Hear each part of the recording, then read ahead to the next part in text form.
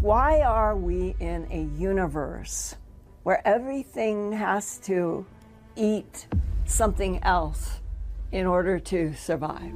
For 25 years, Linda Moulton Howe kept a secret that was never hers to keep.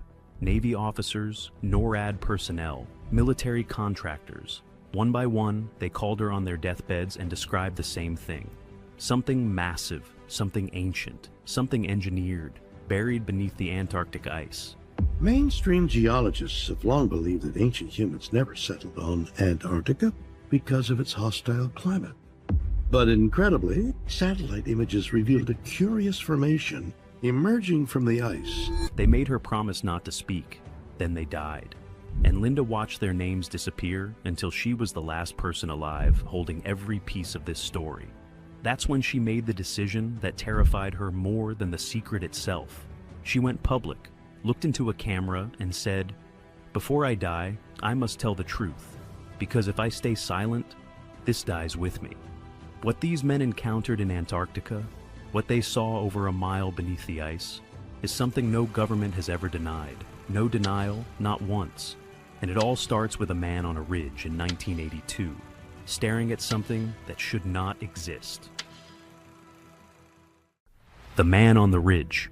Before we get to what Linda revealed, you need to know who she is, because that's what makes this dangerous.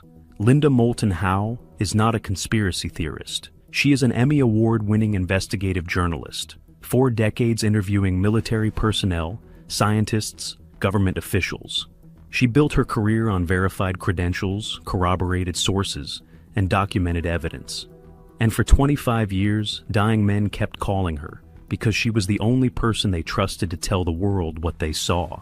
It started in 1982.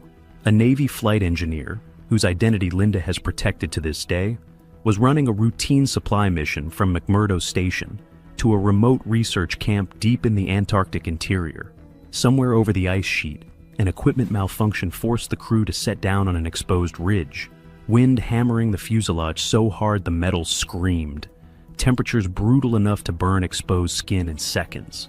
The kind of place where you fix what's broken and you leave. Nobody lingers. But while the crew worked repairs, the flight engineer looked out across the ridge, and he froze. Shapes on the horizon, geometric, symmetrical, too regular, too angular, too precise to be ice.